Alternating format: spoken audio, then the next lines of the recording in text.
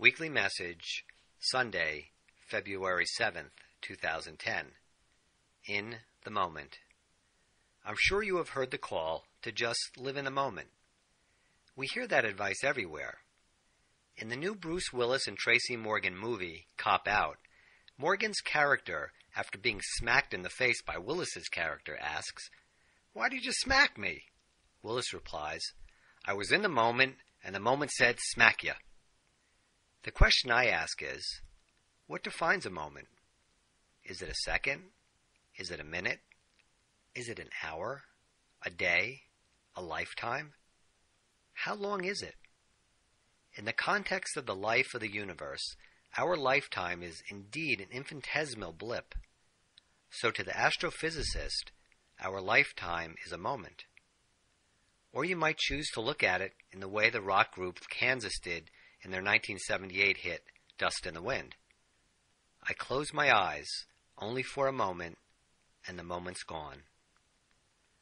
All of these make for interesting conversation, but don't really help us to live happily in the moment. For me, living in the moment means being attentive to the activities and interactions going on right now, and being ever aware of the automatic brain's attempts to disrupt everything. This concept is crucial because the automatic brain, AB, is constantly digging through the databanks of our past, comparing present conditions and projecting into the future in an attempt to get a handle on the unknown. The AB wants to get us to fight or flee present or potential dangers, which, to this primitive brain, often arise from the peacefulness and, quote, vulnerability of the moment. Let me give a couple of examples. Recently, Lori came into the office and her blood pressure was slightly elevated.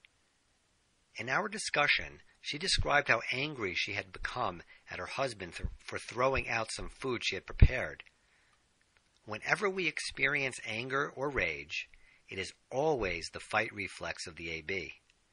That means that some danger triggered the AB to initiate Lori's fight reflex. What could be so dangerous about throwing away some food? Was she going to starve to death? Obviously, it was not about the food itself. Lori related how over the years she did not work outside the home, but took much pride in her cooking ability. Her husband, she felt, always took her cooking for granted. His throwing out the food flipped a switch on in her AB. Immediately, the AB searched her databanks and hit on the lifelong resentment she felt over being taken for granted. In a sense, see last week's message, that resentment represented for Lori a danger of being one-upped. So was Lori living in the moment? Was this Lori addressing the situation at hand? That's what this may seem like. See Bruce Willis above. But instead of being in the moment, Lori had approached this situation under the firm direction of her AB.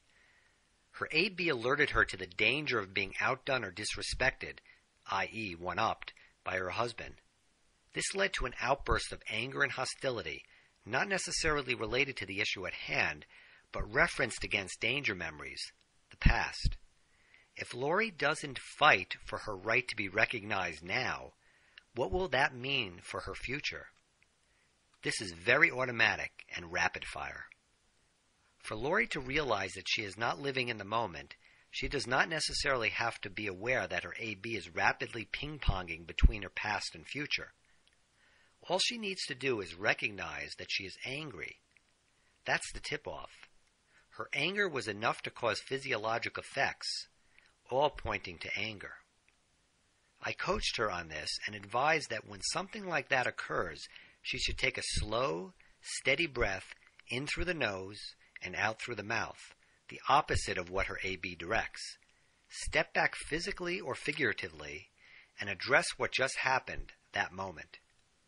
She should try to separate the present situation from the baggage of the past or what that event might mean to her future relationship. For example, she could try saying something like, "Dear, it took me a while to prepare that food, and I was really looking forward to sharing it with you. I'm very disappointed that you threw it out. That's it.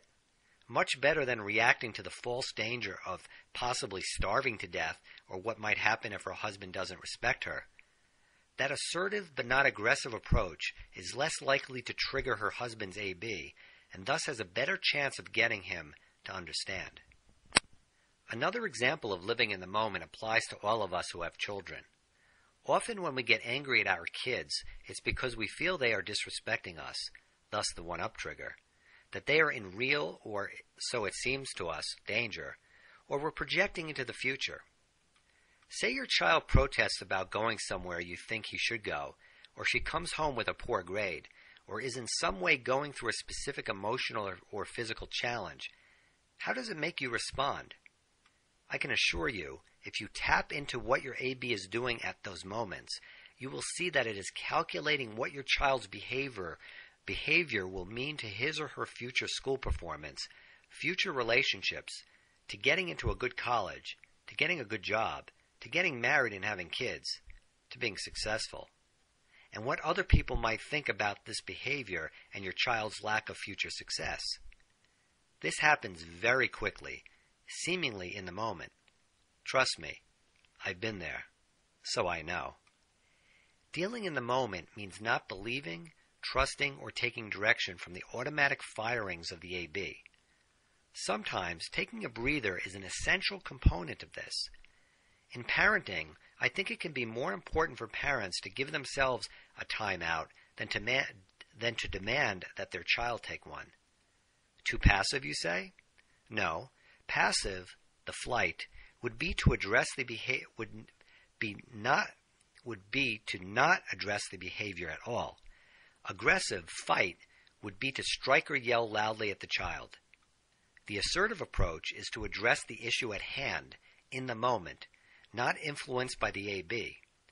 Instead of letting the AB drag you into the future, hunting for potential dangers and thus sparking the passive or aggressive approach, you take a time out. You breathe deep and let yourself come back into the moment, where you opt for an assertive approach. There is no danger. There is no threat in this moment, you remind yourself, and you find yourself dealing directly with the issue at hand. The modus operandi of the AB is to get you to see all the potential dangers at lightning speed. But the AB's frame of reference is the past and the future. Data from the past makes up danger memories, what we consider to be dangerous now, and the future is the great unknown, so we must plan for the dangers that lurk there. The AB is not present in the moment or the situation at hand. Too often we end up fighting or fleeing what is right in front of us, in the present circumstances, in the moment. When we sit quietly in meditation, or listening to music, or attending a yoga class, often we see our brain wandering. This is not the mind, but our AB trying to get us out of the present moment and attend to the details of our life, like the flash that you need to pay a bill as soon as the class ends. Tapping into the power of our mind, thus leading ourselves toward our true potential and strengths, often means recognizing how the AB tries to direct us away from the moment. When we can return to the activity at hand, dealing with it as though it had no history or future, eliminates the woulda, coulda, shouldas of the past, and creates a future where there is no false danger or threat, as we discover and attract the abundance that is right for us. Have a great week. This is Dr. Charles Glassman.